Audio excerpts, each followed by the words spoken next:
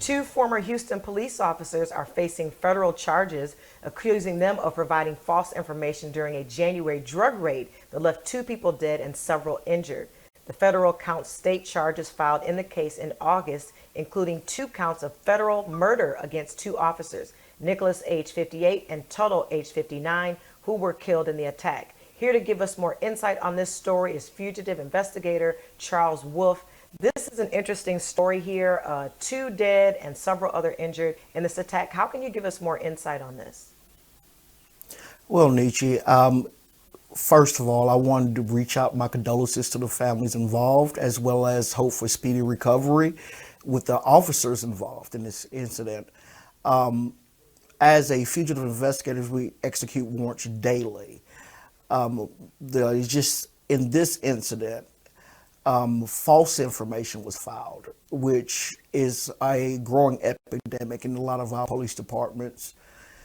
And as far as that goes, as far as the legal realm, the chief in this case, Acevedo, I believe I'm pronouncing that right, he is basically in the hot seat. This happened on his watch, in his jurisdiction, and I'm sure there's a lot of people and members of the community that's devastated by the outcome of this search.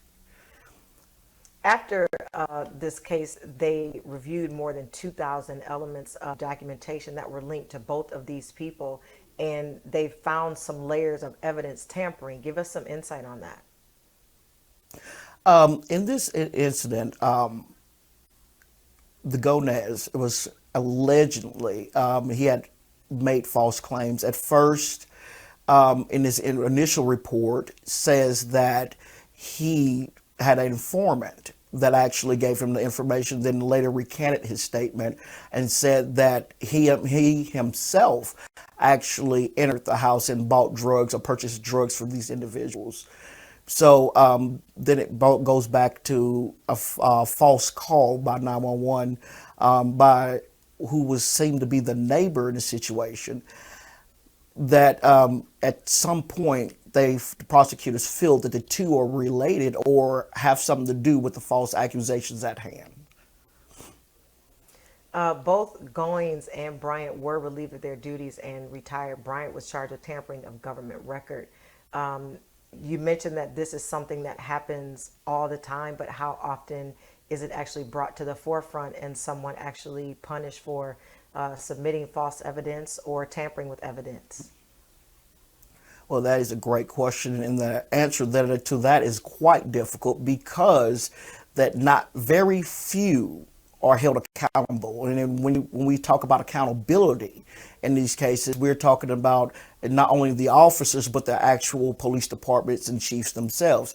That's why Chief Asa, I'm trying to pronounce his name, Acevedo, he's taking this pretty hard because it happened on his watch, and it shows incompetence on the police department's behalf of not double checking the information, their intel, before actually starting this raid.